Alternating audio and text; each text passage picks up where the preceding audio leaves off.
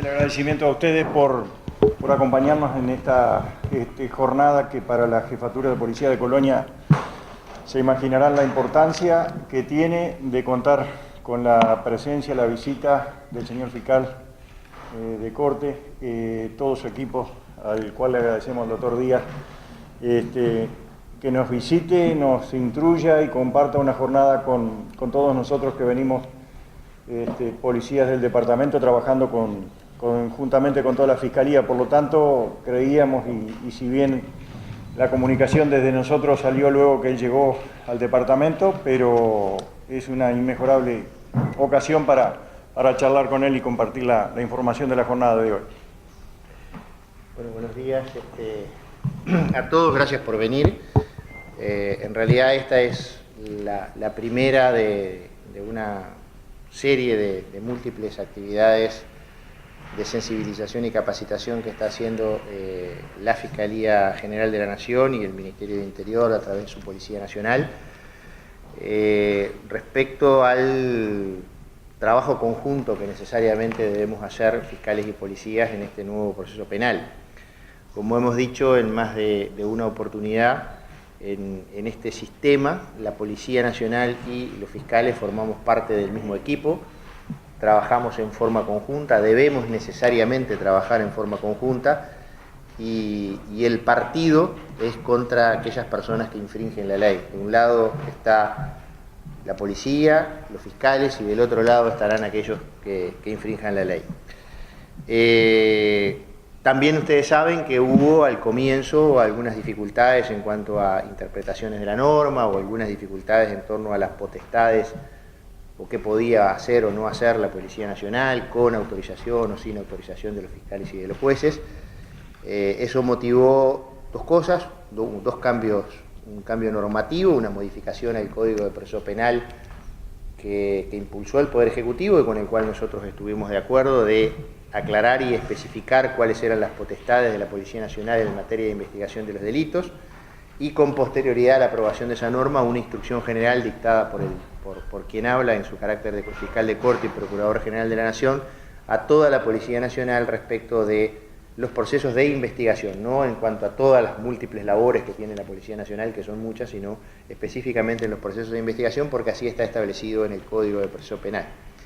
Eso motivó que tomáramos la iniciativa conjuntamente con el director de la Policía Nacional y el subdirector, los comisarios Layera y de León, de realizar este tipo de jornadas de capacitación en todo el país, y es así que hoy vamos a estar en Colonia, mañana vamos a estar en Mercedes y vamos a trabajar con la gente de Fray Bentos, pasado vamos a estar en San José, y así sucesivamente vamos a recorrer todo el territorio nacional en jornadas diarias de todo un día de capacitación con todos los oficiales de la policía y con todos los fiscales del departamento, en este trabajo de aclarar dudas, de disipar algunas dudas que pueda haber, pero sobre todas las cosas tejiendo algo que para nosotros es muy importante, que es la confianza necesaria entre los policías y los fiscales que trabajan en los distintos territorios de forma tal de obtener un mejor resultado.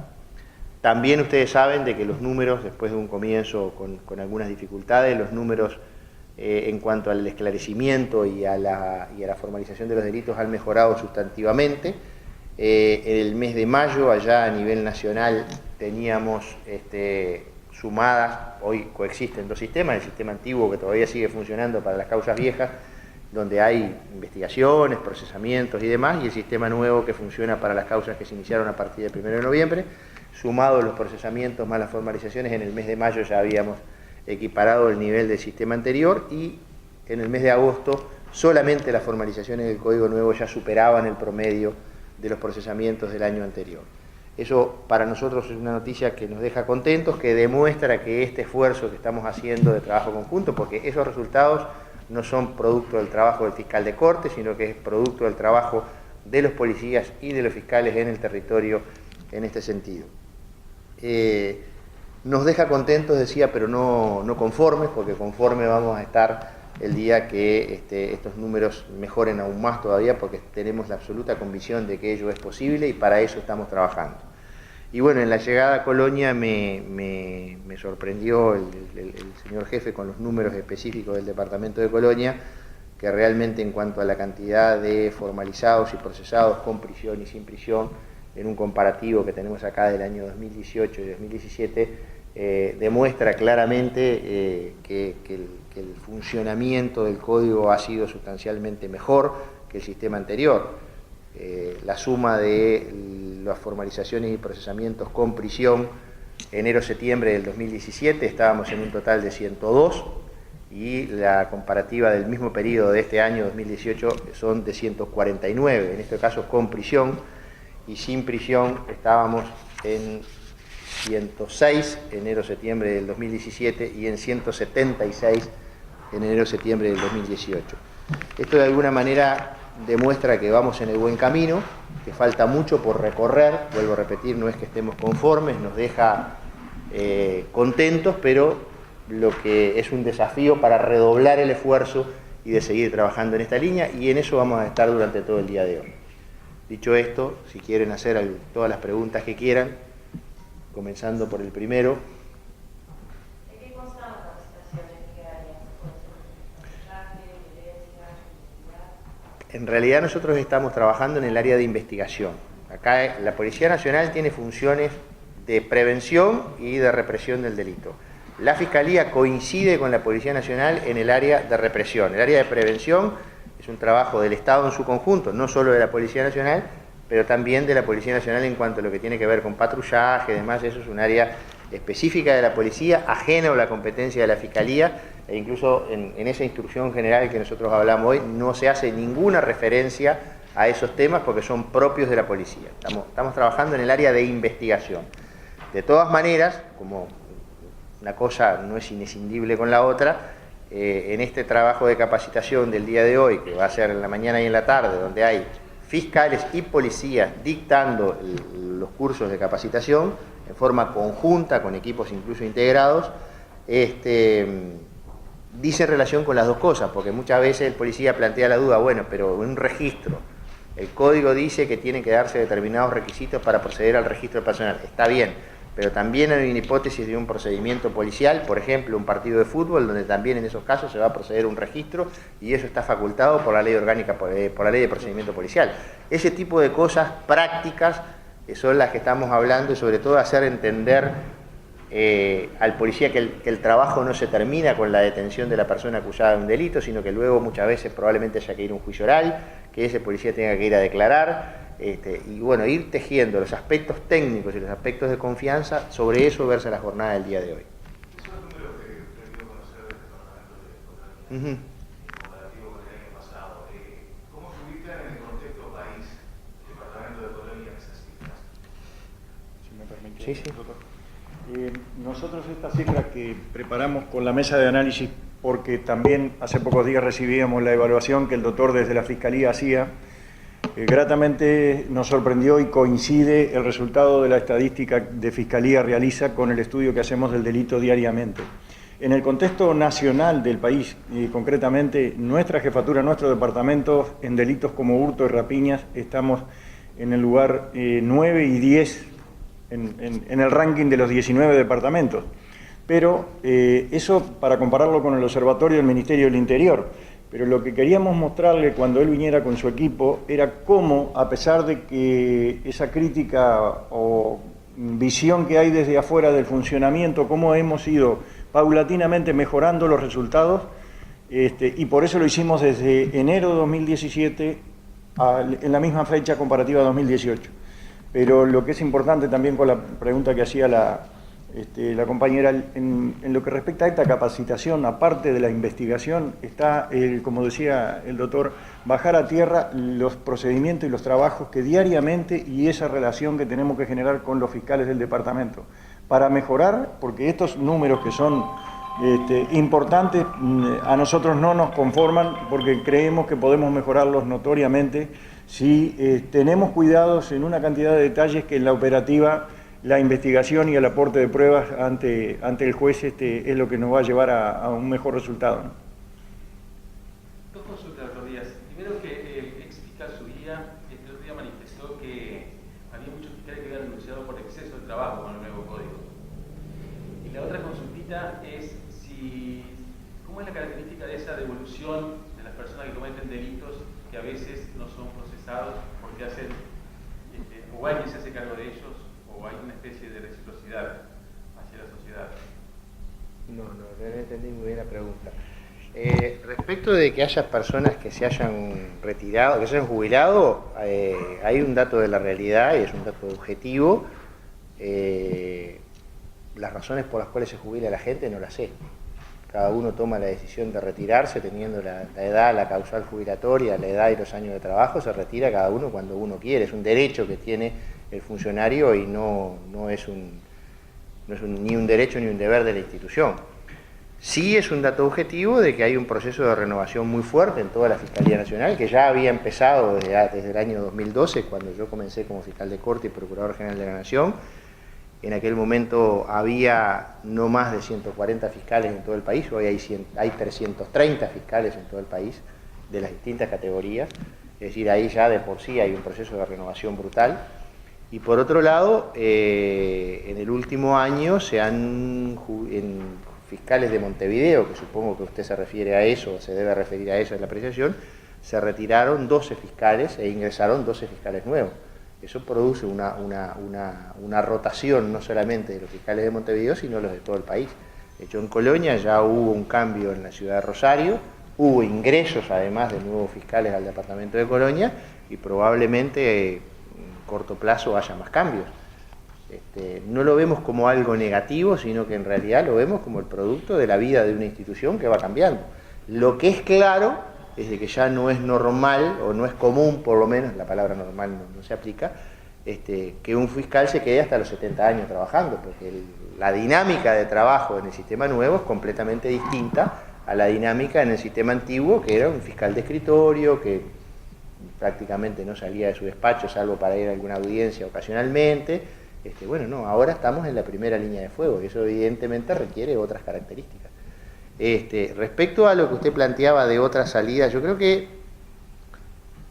si usted me permite el término, se ha bastardizado mucho a nivel de opinión pública algunas salidas de alternativas que el Código prevé y que, como usted ve, con estos números a la vista no han impactado de la manera que se dice que impactan, porque si yo miro que en el departamento de Colonia, a septiembre de este año, hay 149 personas ingresaron a los establecimientos carcelarios y el año pasado a esta misma altura iban 102, me parece que el impacto que tradicionalmente se quiere hacer ver no es tal. Por otro lado, es cierto que una vez que se aprobó el código, entró en vigencia el código, producto de 2-3 primeros meses malos, y eso no hay ningún problema en decirlo, la población carcelaria disminuyó. También es cierto que se está recuperando. Nosotros al 4 de octubre de este año había algo así como 10.300 personas privadas de libertad. Al 31 de octubre del año pasado había 10.900, o sea que hay una diferencia de 600 al día de hoy. Habíamos bajado a menos de 9.000. Es decir, hoy estamos en la cantidad de personas privadas de libertad en números similares a diciembre del 2016. Tampoco ha sido un cambio abrupto. Esto bajó y está empezando a subir, veremos hasta cuándo llega, pero creo que algunos casos que se han resuelto, por ejemplo, en una estafa que hubo en Montevideo de $500.000, las personas estafadas presentaron la denuncia, la Fiscalía hizo la investigación, se produce en ese momento un acuerdo reparatorio entre los denunciantes y los denunciados, se repone íntegramente el dinero, y ahí la Fiscalía no ejerce porque tiene la facultad de no ejercerlo. En ese caso los enojados no eran los estafados. El enojado era un ciudadano común. ¿Y esto cómo puede ser? Pero resulta que la víctima estaba satisfecha con la resolución del conflicto. Eso también es una cosa que a veces tenemos que entender, que hay cambios que muchas veces podía haber pasado en el sistema antiguo, que estas personas capaz que iban presas y no se recuperaba un peso. Le pregunto, ¿en qué condición quedaban los estafados? Si usted me da a elegir, yo quiero la plata y la prisión, pero a veces no se puede.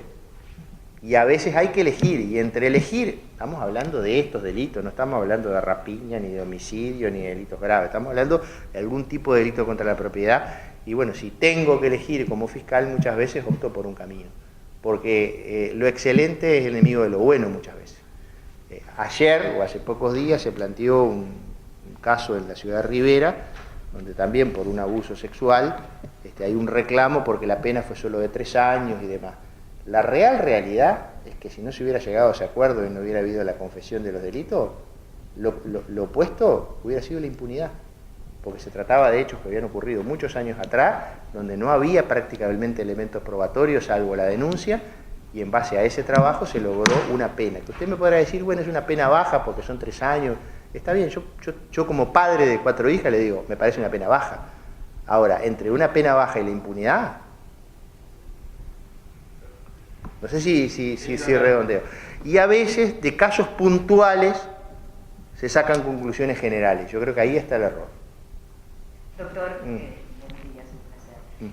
Usted en el mes de agosto emitió una circular donde, una instrucción. Una Instrucción general a toda la Policía Nacional. Pero también donde le decía a los fiscales que unificaran los criterios a la hora de la formalización de los delitos graves.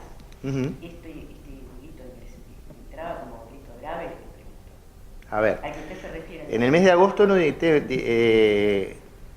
parte de eso es lo que estamos hablando hoy en la capacitación. El fiscal, no el fiscal de corte, un consejo de instrucciones generales de la Fiscalía que el fiscal de corte integra, pero que además está integrado por el Poder Ejecutivo, la Facultad de Derecho, la Asociación de Fiscales y demás, ya lleva dictadas 10 instrucciones generales, no una. A la Policía Nacional hay una sola instrucción, que es la del mes de agosto, y sobre lo cual estamos trabajando en el día de hoy. En esa instrucción del mes de agosto lo que se marca es que en determinados casos, porque hubo una modificación legal, porque hubo una modificación al CPP, en determinados, o sea, en primer lugar que aquellas penas establecidas a través de proceso abreviado debían cumplirse en su totalidad, es decir, que no regía el mecanismo de la libertad anticipada y el mecanismo del descuento de pena del 2x1 por trabajo de estudio. Eso ya estaba en la ley, lo que nosotros hicimos en la instrucción fue dejarlo claro, negro sobre blanco. Y después establecimos, también estaba en la ley que había determinados delitos que no se podía pactar un quantum de la pena inferior al mínimo. Obviamente la instrucción lo que hace es recalcar eso y además dice, porque una cosa es el monto de la pena y otra cosa es cómo se cumple la pena. El monto de la pena puede ser 10 años, pero 10 años, si los 10 años los sustituyo por libertad vigilada, a los 10 años se le quedan en cero. Entonces lo que nosotros establecimos a través de esa instrucción fue de que en esos casos la pena privativa de libertad debía cumplirse en todo o en parte y que no podía ser sustituida íntegramente por libertad vigilada. Y aclaro, que me parece importante porque en esta ensaladera de confusiones a veces se mezcla, que el Instituto de la Libertad Vigilada no es propio del CPP, es de una ley anterior que está vigente porque el CPP no prevé en ningún artículo la sustitución de la pena de privativa de libertad por otra pena. Y en cuanto a los números a los que usted hizo mención, creo que leyó 149 este año. 2018 con prisión, enero-septiembre 149, en el año 2017 fueron 102, es decir, hubo 47 más en el mismo periodo. Y sin prisión, que se suman a los anteriores, obviamente, son 176 en lo que va de este año contra 106 del año pasado. Bueno, usted toma como referencia para decir que el código funciona, pero también nosotros podemos leer como que hubo un aumento de delitos.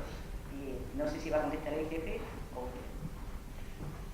Sí, de mi parte puedo decirles que sí, que lo vemos, los números lo reflejan y lo vemos cuando realizamos el estudio del delito. Hay un aumento del delito, evidentemente, pero también hay un aumento en esta formalización y cómo se maneja con los números.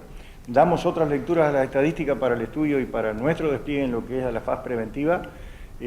Nosotros por eso permanentemente estamos monitoreando y chequeando y, como le decía, quería esperar con este registro para mostrar que por lo menos desde Colonia y el trabajo que él hace con su oficina de estadística y el estudio del delito a nivel país no son discordantes. Van llevando en parte y damos lecturas también, como por ejemplo importante, es la cantidad de reincidentes, la cantidad de primarios, y bueno, ese es el trabajo nuestro.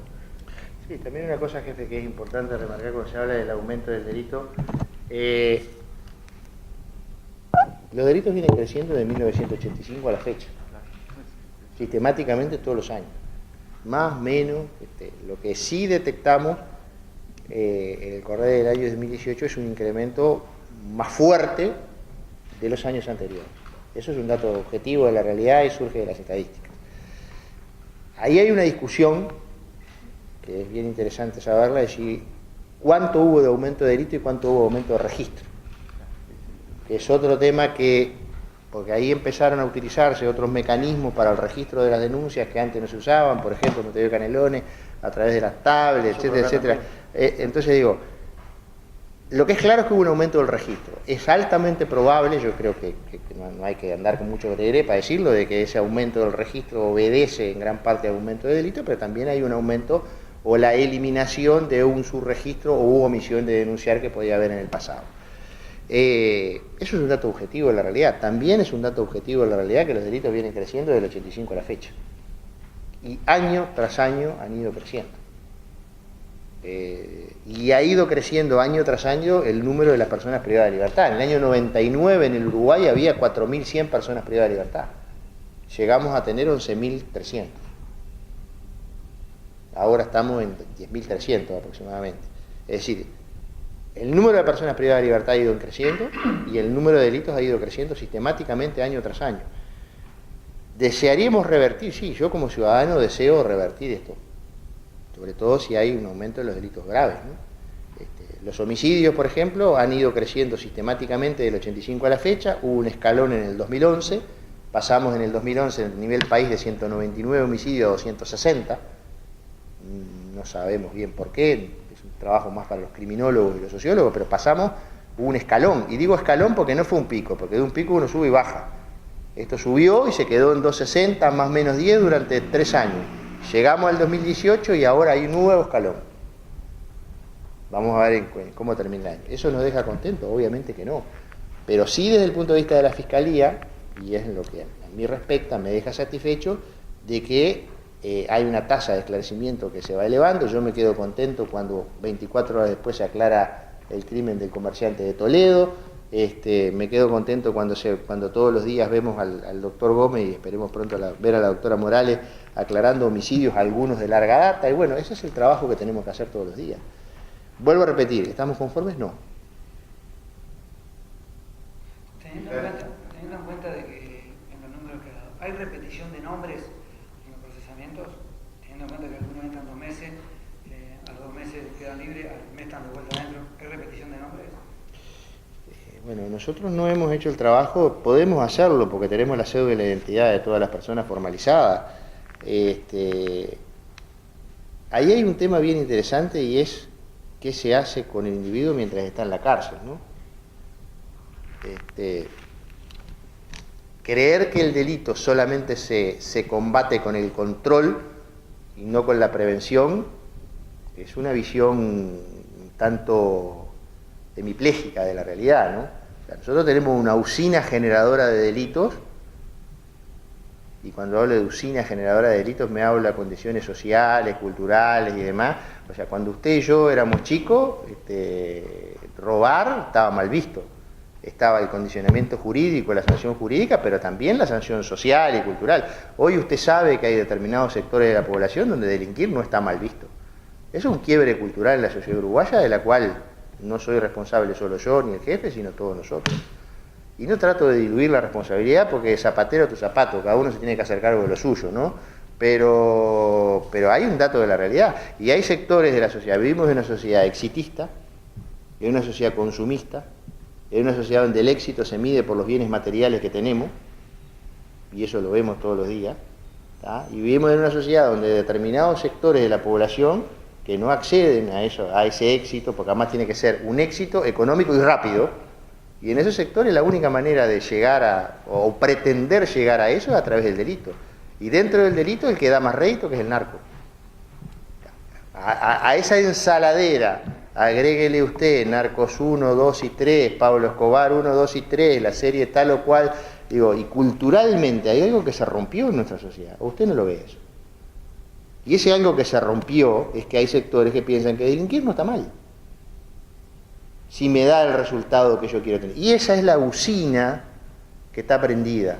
Nosotros acá estamos en la parte de control y vamos a dejar el alma en la cancha para que esto funcione cada vez mejor. Pero también tenemos que atacar lo otro, porque si solo atacamos esto, tenemos un problema. Y ese es un problema que tiene la sociedad uruguaya. Y mire que no es una explicación fácil, es una explicación bastante más profunda. ¿Y por qué son los mismos? Sí, claro. También tenemos que, una vez que están presos, tenemos que trabajar con ellos. Porque las cárceles están llenas de pobres, jóvenes, adictos y analfabetos funcionales. Todas las cárceles del Uruguay están llenas de eso. El 95% de los presos del Uruguay no terminó el ciclo básico. Sí. Nuestro departamento en los últimos días ha sido foco, sobre todo de dudas en los controles aduaneros. ¿Qué atención? Es una buena pregunta para el director de aduana. La Fiscalía no tiene competencia en el control aduanero, ni si le contesto esa pregunta, le estoy pisando los pollos a alguien y me estoy metiendo en camisa de 11 varas. Realmente es un problema país. La Fiscalía no tiene competencia. O sea, nosotros ahí intervenimos como el bombero. Vamos cuando está el incendio, ¿no? Antes del incendio no podemos hacer nada.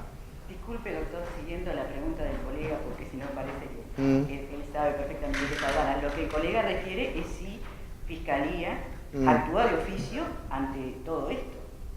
Bueno, hay una investigación. Usted se refiere, para no andar con Gregre, para decir Gregorio, usted se refiere a la ruta del dinero K. Bueno, hay una denuncia que presentó en el año 2013, en abril del año 2013, la diputada argentina Graciela Ocaña y otro diputado que no me acuerdo el nombre, pero no era Carlos, pero no importa. Hay una denuncia concreta que está en proceso de investigación en el juzgado de crimen organizado, que esa investigación, por ser sistema antiguo, la lleva adelante el juez, la Fiscalía participa, pero la responsabilidad de la investigación la tiene el juzgado. Y concretamente en los últimos días lo que nosotros hemos puesto en conocimiento de los fiscales son dos denuncias concretas. Una denuncia que se hizo pública a través de un programa de televisión respecto de la ausencia de controles en Puerto Camacho, lo que le hemos pedido, le hemos puesto en conocimiento del fiscal. Para el fiscal, si lo entiende pertinente, que lo entendió pertinente, es desarrollar una investigación a ver qué es lo que se puede investigar o qué se puede probar de eso. Y por otro lado, ahora en estos últimos días hubo también otra denuncia en el mismo programa de televisión. Cuando hablo de denuncia, hablo de personas que se identifican con nombre y apellido y dicen tal lugar está pasando tal cosa. Pero en esos casos nosotros lo que le pedimos, le sugerimos a los fiscales es que investiguen, que hay que probarlo, ¿no? Y bueno, en eso estamos. Usted en alguna oportunidad manifestó que muchos de los hechos delictivos que se generan en la sociedad salen desde el centro del propio establecimiento carcelario. Ajá. Y he dicho, que a veces me cortan la frase, pero he dicho que las cárceles hoy por hoy son más parte del problema que de la solución. La pregunta mía es por qué no se puede inhibir la señal telefónica dentro de la cárcel si lo hay sistemas que lo permiten. En cárceles del primer mundo hay conozco el sistema, conozco la posibilidad, la responsabilidad y depende del INR, ¿no? Claro. El Instituto Nacional de Rehabilitación. Pero hay, el sistema está. Sí. Incluso el otro día leí a través de la prensa que había algún cuestionamiento, alguna empresa telefónica que si se bloqueaba la señal en las cárceles podía dejar sin señal de celular las horas. Francamente los detalles técnicos no los conozco, sé que existe. Y cuando yo le digo de que las cárceles muchas veces allí se originan, primero que hay un intercambio de experticia. Hay casos de gente que ha entrado por rapiña y se ha vuelto narcotraficante dentro de la cárcel. Segundo, que hay organizaciones criminales que se generan ahí. Y, a ver, para no hablar del Uruguay, el primer comando capital nace en las cárceles brasileñas. Y es una organización criminal de las más armadas y peligrosas del mundo y nace dentro del establecimiento carcelario. Entonces, con esto no quiero decir, porque después empezamos con las interpretaciones de que el fiscal dice que las cárceles existen en todas las sociedades del mundo y tienen que existir. El tema es si son el mero depósito de una persona mientras cumple una pena o mientras tanto hacemos algo con ella para tratar de rehabilitarla, ¿no? Y sobre todo tener especial cuidado, no es mi tema, pero especial cuidado, es un tema que a mí me apasiona, ¿a quién juntamos con quién? Le vuelvo a repetir, el primer comando capital en Brasil nace en los establecimientos de alta seguridad de Brasil y es una de las organizaciones criminales más armadas y peligrosas del mundo y que tiene vocación de extenderse, ¿no? Nosotros a nivel de fiscales generales de Mercosur estamos siguiendo, sé que la Policía Nacional también lo está haciendo, siguiendo muy de cerca ese fenómeno porque hemos tenido, fíjese usted casualmente durante el año pasado, por primera vez en la historia, las tasas de homicidio de 2 lugares del interior crecieron más que en Montevideo, que fueron Chuy y Rivera. Es la primera vez en la historia que eso pasa. Entonces hay que hacer un seguimiento detenido de eso. Me consta que la Policía Nacional lo está haciendo, nosotros estamos tratando de intercambiar esa información. Y si usted tiene que titular la situación carcelaria de hoy, ¿es un mero depósito? ¿Cómo la define usted? Mire, yo quiero ser muy honesto y muy franco porque yo conocí las cárceles del Uruguay en situaciones paupérrimas. Como juez de crimen organizado tenía más de 200 personas procesadas con prisión en el penal de Libertad, en contenedores, en la lata, las famosas latas. Entonces, y hoy sé que se ha hecho un esfuerzo importante, hoy no, desde hace ya un tiempo se ha hecho un esfuerzo importante, no había sistema de salud, hoy ya se ingresó al sistema carcelario. Quiero ver el medio vaso lleno porque después viene la otra parte y el ministro se enoja, pero no es para que se enoje, se ha hecho mucho, falta mucho por hacer. Sobre todo porque si tenemos una población carcelaria joven, analfabeta funcional, es decir, gente que aprendió a leer y escribir en algún momento y hoy por desuso ya no sabe leer y escribir, gente que dibuja su nombre, que además es adicta y que además es pobre.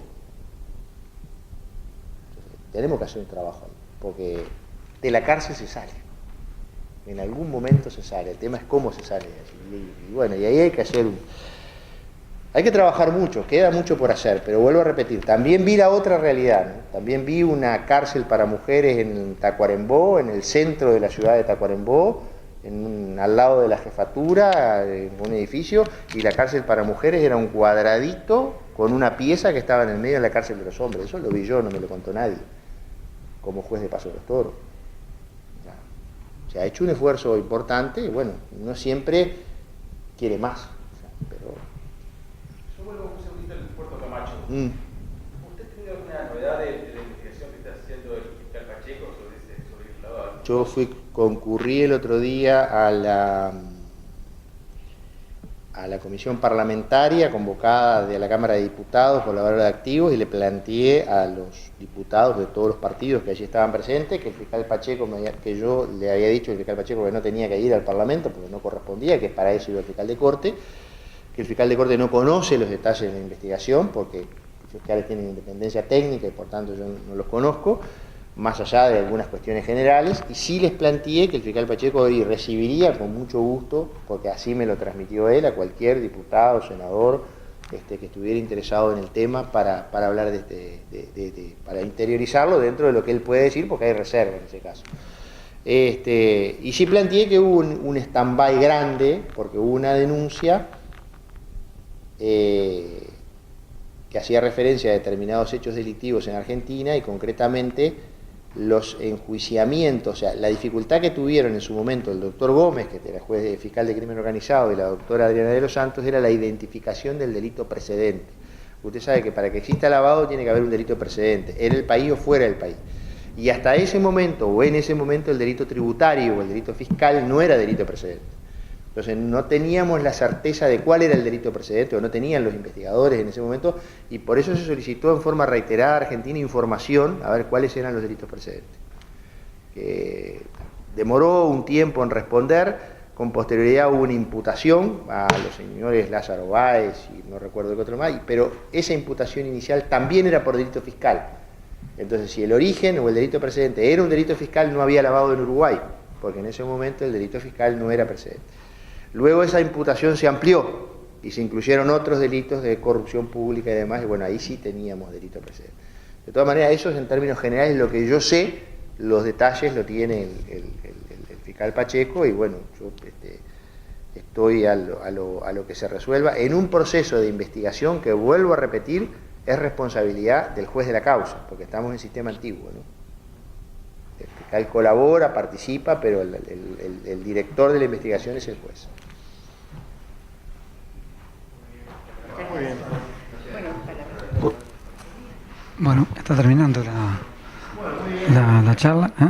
La verdad que espectacular, espectacular, muchísimas gracias. Bueno, aquí transmitimos con Susana, ¿eh? La verdad, Joan, gracias por estar allí, salió espectacular, me dice Joan, y eso nos pone muy, pero muy feliz. Seguimos ahora buscando material para pasar más tarde en el informativo. Muchas gracias, Joan, por estar allí, te dejamos libre, ve a trabajar nomás allí a Nueva Albesia. Chao, cortamos.